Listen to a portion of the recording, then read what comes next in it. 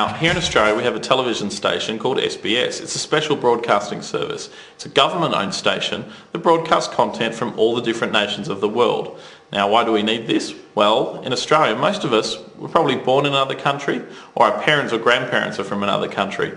So we're a whole bunch of people from different places trying to get along, living in one place. So understanding each other's backgrounds and cultures is really important to us as a society. So we have a TV station to help us do that. It shows programs from everywhere. Now, on the 1st of June, they made a big announcement. They said to make extra revenue, they're going to start putting television commercials in the middle of the TV programs. Now, unlike commercial networks, SBS has been limited to only playing TV commercials at either end of the program. And up until 1991, they couldn't play television commercials at all. The other government station we have in public broadcasting Australia is ABC TV. They don't show commercials at all. So why is there a big deal about this? Well, one of the concerns people have is that the journalistic integrity and professionalism of the news reporting going on at the moment on SBS will be influenced by the fact they have TV commercials. Will the people who are paying for the commercials have any kind of influence on the kind of reporting that goes on? See, SBS say with the extra money they make, which is $10 million a year, on top of the $20 million they already make from commercials, they'll be able to have an extra drama series, 2 extra factual programs, and an hour-long news and current affairs show, which is the advantage of having the commercials. But you only have to look at the journalistic reporting on the commercial networks compared to the public networks to see there can be a vast difference. Compare 60 Minutes to Four Corners. If people have got commercials on, will they have any influence on the kind of stuff that gets reported in the news? Another thing might be going on though.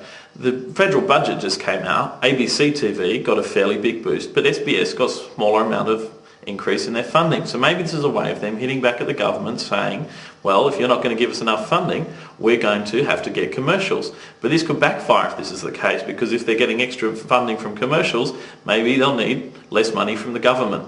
And within a year or two, we could be at the same situation we're at now. Here's another thing to think about. A few months ago, the Federal Minister for Communications, Helen Coonan, released a report for the future of the media industries in Australia. And at the same time, a story in the Bulletin magazine suggested that there was a lot of pressure for commercials to be put on ABC TV. Now, there's been a lot of resistance to that, but if they can get commercials on SBS, maybe it's going to be easy to get them on the ABC.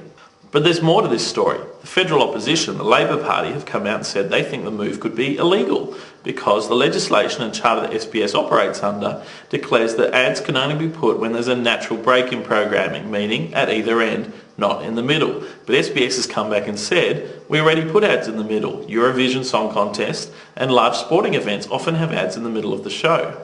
From a television management point of view, there's a really good reason for doing this. SBS says it loses about 40% of its audience between one program finishing and the next one starting, because at the moment they have long ad breaks of about 5 minutes between shows.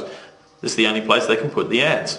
Now, if they can make the ads between the shows shorter, putting more of them into the middle, then they'll keep their audience between one show and the next one starting. See, there's not going to be any more ads on SBS than there is now. It's just they're going to interrupt the program. And people say, really, if it was interrupting the middle of your program, would you notice? Would you mind so much? Buy some steak knives, only $99.95, nice and sharp, really good ones like the chefs use in a restaurant. Call now. Yes, you want some.